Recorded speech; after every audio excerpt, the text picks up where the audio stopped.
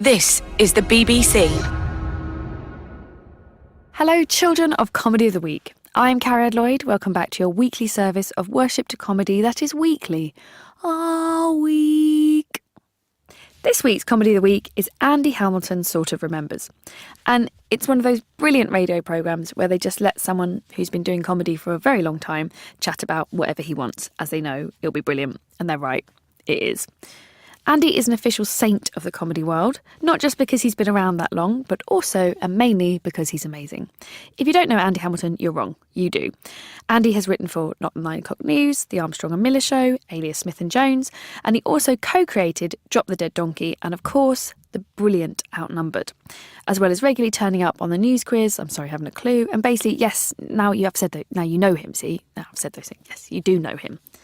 So stop looking at Twitter, get a cup of tea ready, and enjoy the comforting tones of Andy Hamilton Sort of Remembers.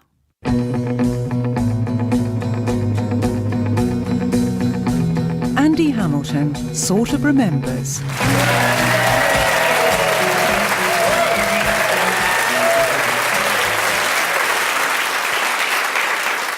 Hello and welcome to Andy Hamilton Sort of Remembers, which is okay, as titles go. Ideally, I'd have liked something a bit more attention-grabbing. I actually wanted to call the show Andy Hamilton Has Sex with a Robot. But the BBC compliance people got all pernickety. They said that listeners might feel misled or even disappointed. It's a shame, though, because I feel sure the Daily Mail would have given us a lot of free publicity. But even though Andy Hamilton Sort of Remembers may not be an exciting title, it is at least an honest one. You know, because I've reached a certain age, and as many of you will know, once you reach a certain age, you can experience problems with your thing for remembering stuff. So that is why, listeners, I'm working off notes, as the audience here in the radio theatre can testify. Now, I need these notes, OK? Partly as an aid memoir. That's French, by the way. I haven't forgotten the words aid and memory.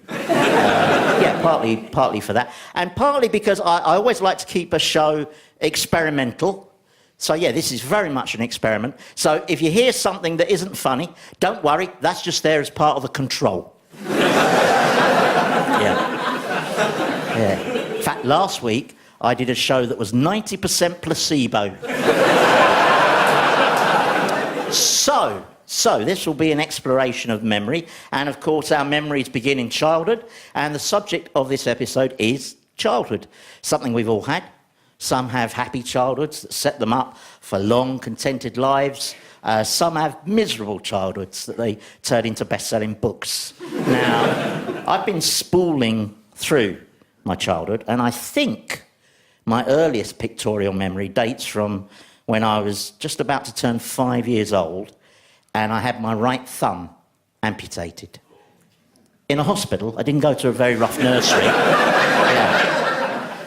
No, my thumb was removed by a surgeon who felt that symmetry was overrated. I just made that up. But the memory I've most clearly retained from that episode is of one particularly formative moment. Because I told the doctors and nurses that after the operation, I'd like to keep my thumb as a souvenir. I mean, it seems odd, I know, but I was about to start primary school. And I was an extremely small child. No, I really was. I was like a hobbit's toy. And so I was worried about the prospect of bullying. But I had this cunning plan, which was that I'd keep the severed thumb and then I'd sellotape it back into position on my hand. And if I saw a mean-looking big boy approaching me across the playground, I'd say, "Oh, you think you're hard, do you?" And then I was going to rip my own thumb off. No, I'm messing with you. I have no idea why I wanted to keep the thumb. I just did, because little boys are strange creatures. And the nurses and doctors promised I could keep it. And when I came round after the operation, there it was, in a jar. next to the bed, like a little pink gherkin. And I was really happy, and I drifted off back to sleep, and I woke up a few hours later, and it was gone. No thumb, no jar. And I went nuts. I screamed the place down. My mum said she could hear me from the other end of the hospital. And I suppose I was going nuts because I felt powerless, and had no redress. Yeah, because this is 1959 we're talking about now. There was no compensation culture then, No. No adverts on the telly with men saying, had your thumb stolen and it wasn't your fault. There was nothing like that. So, having said that, I don't want to exaggerate the trauma. It hasn't affected my life in any tangible, practical way. Not having the thumb really hasn't impacted. I mean, yes, if I'm bored, I've got nothing to twiddle, and I can only hitchhike in one direction. But I think the real reason that experience has stuck with me so vividly is that it represented a brutal rite of passage. And all children reach this moment, the moment when you realise that grown-ups are full of crap. Now, obviously, I look back at that episode from a detached adult perspective. Of course, a hospital could not let a little boy leave with a severed digit. Of course, as a small child, you see the world in a very simplistic, very definite, very black and white kind of way. For instance, when our eldest son was about 4 years old, we were sitting on a beach in France, and walking along the sand on the shoreline came about a dozen nuns, all in a row, out for a stroll.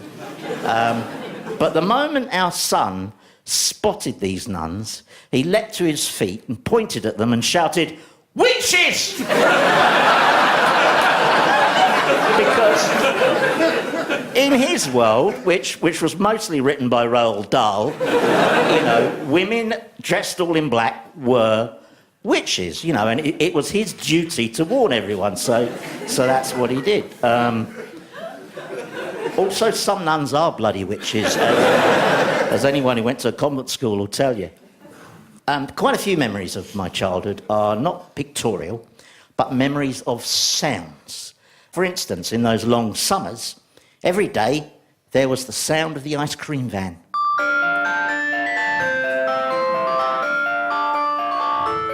No, it was faster than that.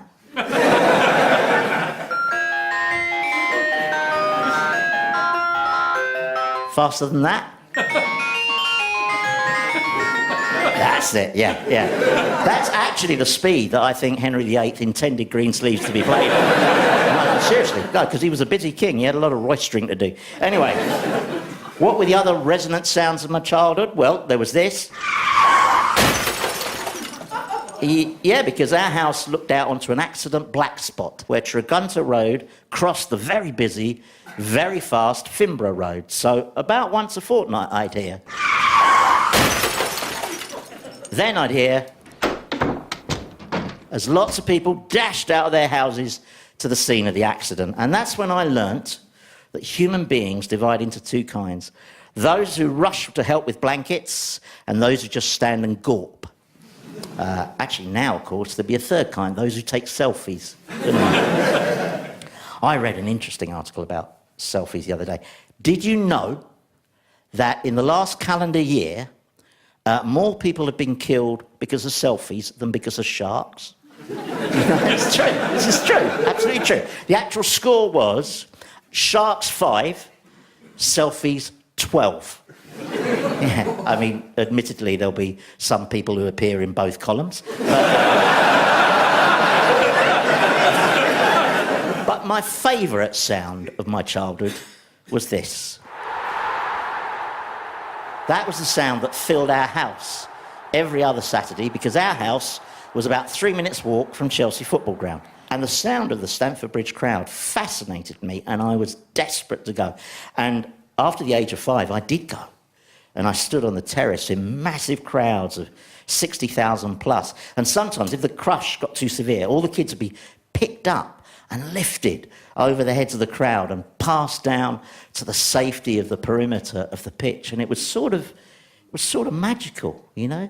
And I remember bobbing like a cork on top of this sea of people as I was passed down on this human conveyor belt of hands, as I was transported to safety, hand to hand, by thousands of strangers. Now, every single one of those people would need a certificate. No, they'd all have to have background checks, wouldn't they? Yeah, we live in less trusting times, don't we? Thank you, Stuart Hall and Jimmy Savile and Rolf Harris, and actually be quicker just to list the ones who weren't sex offenders. But up until the age of 5, I was deemed too young and too small to go to football. So every other Saturday, I'd stand with my nose pressed to the window and watch as this crowd poured down our street towards the ground. So aside from the thumb theft, I still haven't let go of that.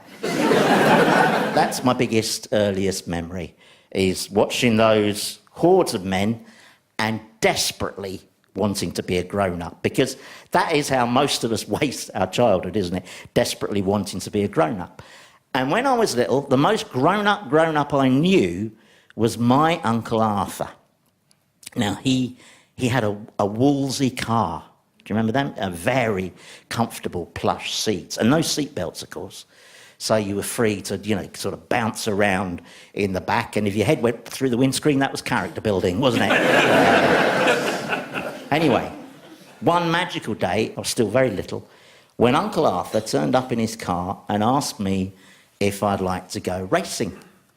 And I said, racing what? And he said, horses. And I told him that I thought the horses would probably beat us. But I was prepared to give it a go. And then he explained that we were going to somewhere called Goodwood. So we got in the Wolsey and we drove into the depths of darkest Sussex. And then Uncle Arthur realised he was lost. So he stopped the car, wound down the window and shouted to a local, "Oi, John, which way to Goodwood?" And the local gave him instructions and then we headed off. But then he got lost again and he did the same thing. "Oi, John, which way to Goodwood?" Now, this must have happened 5 or 6 times. At the end of the day, when we got home and my mum asked me if I'd had a nice day, I said, yeah, it was brilliant. Uncle Arthur knows absolutely everyone and they're all called John.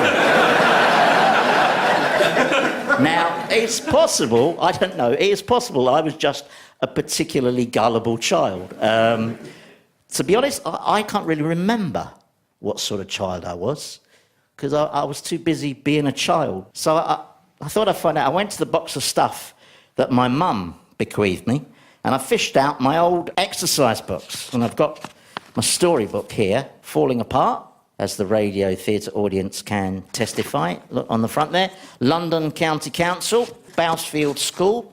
And this is a story I wrote on September the 7th, 1959, aged 5 and a bit. And it goes, "There was once a pony, his name was Dandy, and Dandy was sad because his master was dead. So poor old Dandy, he had no master, and one day he went out of town. On the way he met a farmer. The farmer put Dandy in the truck. One day there was a market. They killed Dandy for the people to eat, and that is my story."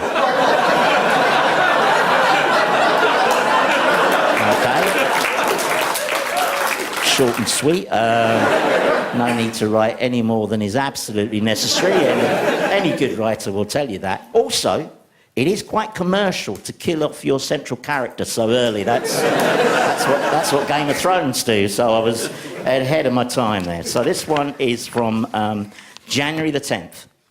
"There was once a lion who was very lonely, so one day he went to town to get some food. As soon as he got to the gates, they wouldn't let him in, so he went away and a few days later he died." Right, I'd like to think that my writings developed a little bit beyond the sudden death of animals. Although I did write a sitcom called Drop the Dead Donkey. Well, co-wrote, so the guilt is shared. Okay, this is March the 9th. Long ago, in the high mountains of Switzerland, there lived a Eskimo called Jokey. But one day he heard a voice call, "Save me!" But when he got down, he saw a bear. The bear went up to him and hugged him and pushed him, and Jokey caught his eye on a piece of rock and was killed. Now,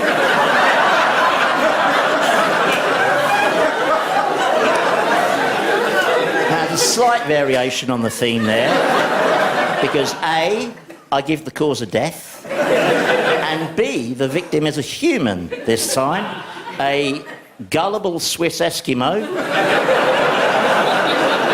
who is outwitted by a talking bear. Actually, I quite like that. I think I might pitch that to Channel 5. Now this is more upbeat, and it's got a title, May 1st. A mountaineer who had a long life. Right. There was once a mountaineer who was very brave. One day a man came up to him and said to him, "My daughter has to cross the mountains." He said, "I will gladly take your daughter across the mountains." Then he handed her over to him and they went on their way. After 5 years, when the mountaineer was 86, he fell in the river and died.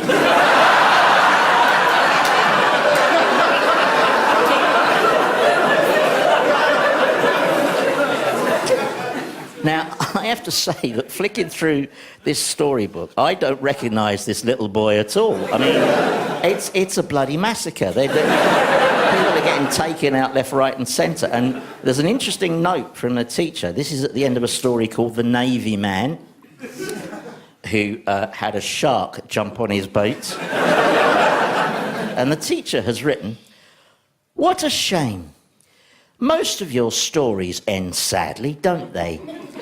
This is interesting." Yes, this is interesting.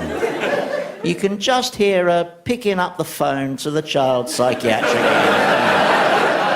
Anyway, okay. So I didn't learn a lot from those stories, other than the possibility that I might be a psychopath.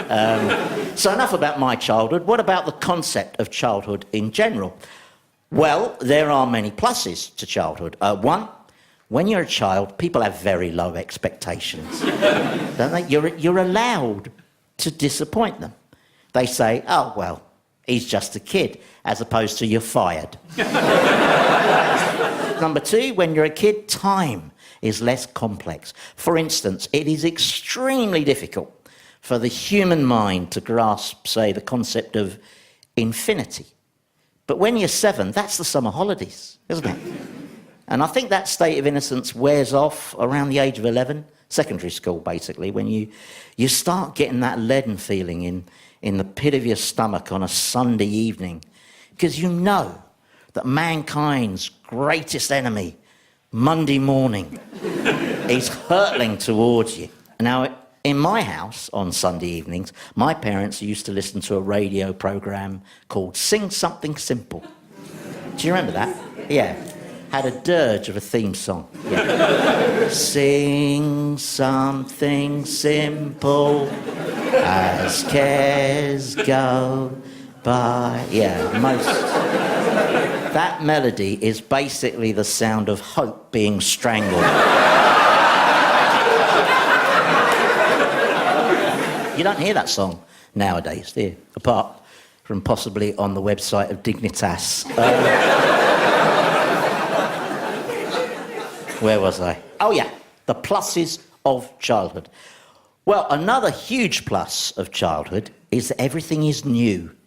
You know, you're finding out about the world all the time, discovering it, how it works, what the rules are.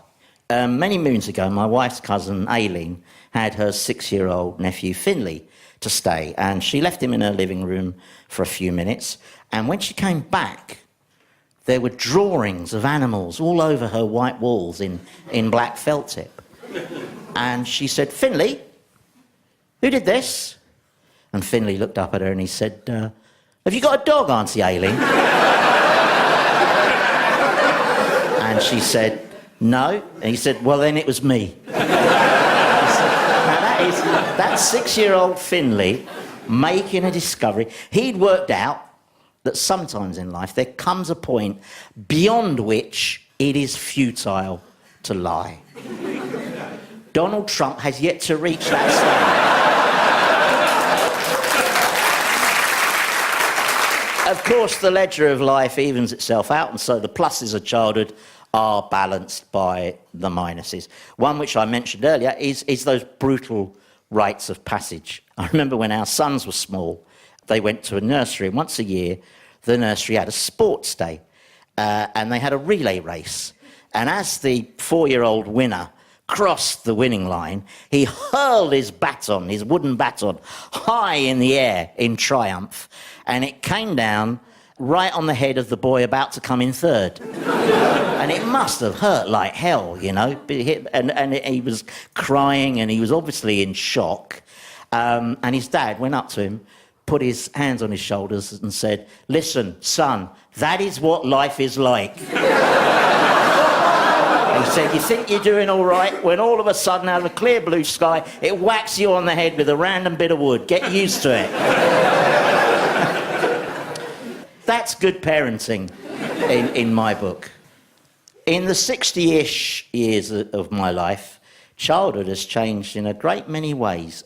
Most notably, children are consumers now, aren't they? They are commercially targeted all the time, especially during the great blitzes of Christmas and Halloween. You know, we didn't have to put up with Halloween when I was a kid, I'm glad to say, because it's a classic example of crass, exploitative commercialisation, isn't it? It's a tacky American import, isn't it?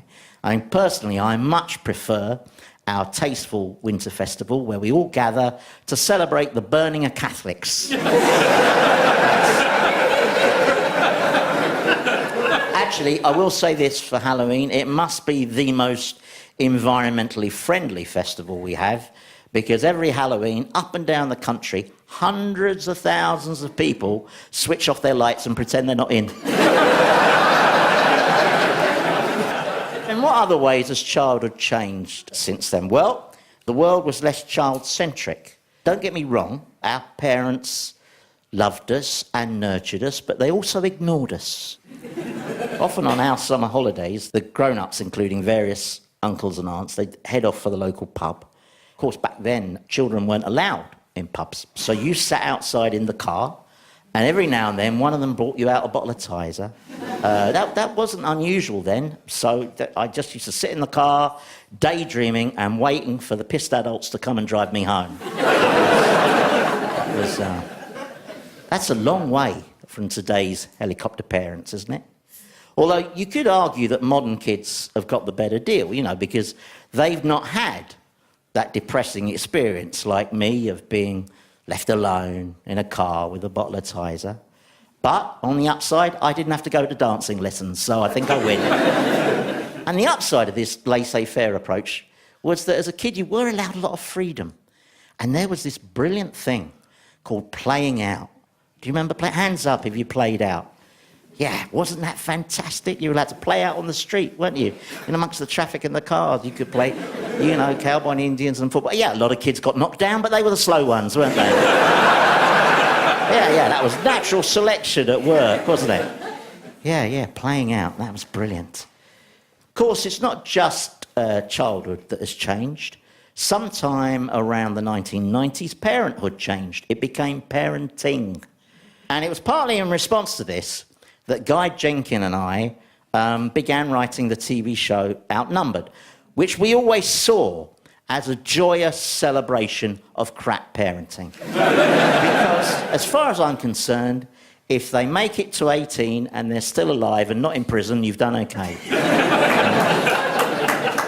Now, parenting's always been an impossible challenge. I remember once seeing a very harassed young mum, and she was strapping a toddler, about 18 months old, into a pushchair, and she was jabbing a finger at him, and she was saying, "You've let me down for the last time." And you could see this little kid looking up at her thinking, "No, I haven't. This is just the beginning." When our kids were little, I was an awful parent, you know. I was one of those nervous dads constantly saying, watch out for the slope, stay away from the edge, careful, some butterflies are venomous. In fact, no, I was so overcautious that our eldest son, Pip, virtually his first words were, too risky. But although I was hyper-cautious, I was also capable of being extremely inattentive. How inattentive, you may ask? Well, hands up anyone who's ever left their child behind on an island. Yep, that's what I did. Just lost concentration for a moment and left him behind on a Greek island without so much as a bottle of Tizer. That's pretty bad parenting, isn't it? But it's not my worst. No. No, I'll share with you my most abject and probably my most psychologically damaging piece of bad parenting. Our two sons, Pip and Robbie, are 6 and 4 years old, and I took them to the Museum of the Moving Image. It was a bad idea. They were too young for it, and I was dragging them through the exit, and we were running through the gauntlet that is the gift shop, and the 4-year-old did what all 4-year-olds do in gift shops. He turned into the creature from hell. He found a toy that he wanted to buy, and I told him that was too expensive, and he went into this horrendous tantrum. And then I thought, I know, I'll use the old I'm leaving you behind ploy. So I said, no, Robbie, that's too expensive. You're not having that. Me and Pip are leaving now. You either come with us or I'm leaving you behind, all right? So I took his 6-year-old brother by the hand and led him off sort of halfway across the shop, and I turned around. Robbie's worse now. Robbie is now writhing around on the ground like he's got 30,000 volts coursing through him. And so I think, well, I'd better up the ante. So I say, Robbie, I mean it. If you don't come now, I am leaving you behind, all right? And I take his 6-year-old brother, Pip, by the hand, and I walk to the door, and I turn around, and Robbie's he's even worse. Now he is throwing himself around. It's a horrific tantrum. He looks like Ronaldo claiming a penalty or something. It's just, so I think, well, I'm committed now. I've got to go through with it. So rather theatrically, I wave to him and I say, all right, Robbie, you were warned. Me and Pip are going home now, so it's bye, Robbie, bye. And I take 6-year-old Pip by the hand and I lead him out the shop, and there's a ramp as you leave the shop. And as we're going up the ramp, I glance over my shoulder and my plan is working. Robbie has stopped yelling. He's getting to his feet. And I'm feeling pretty smug when all of a sudden Pip bursts into tears and yells, but I liked him!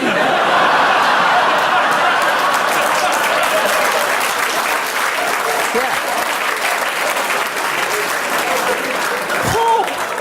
Poor Pip, he's 6 years old. He's thinking, my God, my dad's a ruthless bastard. He's just jettisoned my little brother over some stupid toy.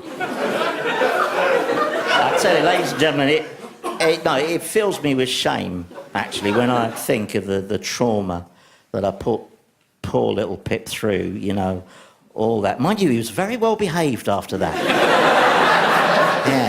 Yeah, never left my side for 17 years.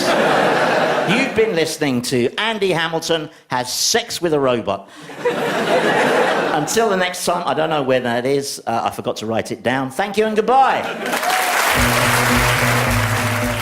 Andy Hamilton Sort of Remembers was written and performed by Andy Hamilton.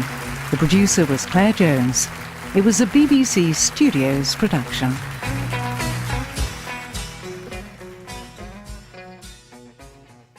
That was the excellent Andy Hamilton Sort of Remembers. What a super legend that man is.